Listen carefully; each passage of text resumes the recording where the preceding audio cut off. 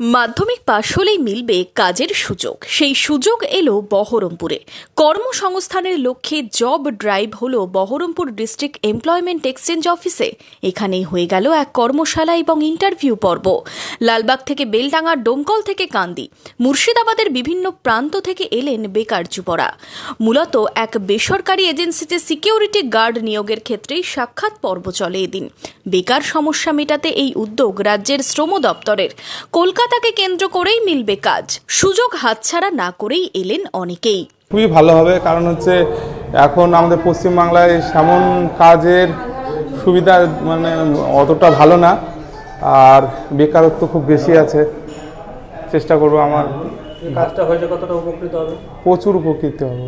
কেন এসেছি, আমাদের রাজ্যে সেরকম কাজের সুবিধা নাই, যদি কিছু কাজ পাই সেই জন্য এসেছি। এখানে G4S কোম্পানিতে সিকিউরিটি গার্ডের জন্য অ্যাপ্লাই হয়েছে, সেই জন্য এসেছি।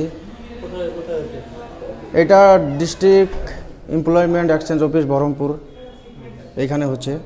আমাদের রাজ্যে এমনিতেই কাজের সুবিধা নাই, যদি পাই তো আমার আর্থিক দিক থেকে উন্নতি হবে, সংসারের একটু হাল ভালো হবে। ডিস্ট্রিক্ট এমপ্লয়মেন্ট অফিসার জানান, জব ভ্যাকান্সিতে 50টি শূন্য পদ রয়েছে। ক্যাম্প এবং জব ড্রাইভ হলো প্রথমে কাউন্সেলিং সেশন, তারপর হয় ইন্টারভিউ। প্রান্তিক এলাকায় শিক্ষাগত যোগ্যতা কম থাকলেও কাজের সুযোগ যাতে পান বেকার যুবরা, সেই উদ্যোগেই এই জব ড্রাইভ। যারা প্রান্তিক মানুষ, যাদের শিক্ষাগত যোগ্যতা হয়তো কোনোভাবে একটু কম, তাদের জন্য একটা যাতে সুযোগ তৈরি করা যায়, তার জন্য আমাদের এই উদ্যোগ।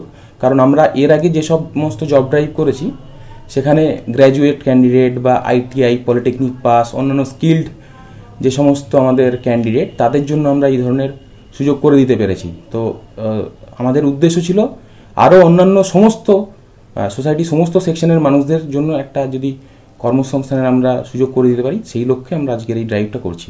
বহরমপুর থেকে শুভরাজ সরকারের রিপোর্ট, ইমাজিন কমিউনিটি মিডিয়া।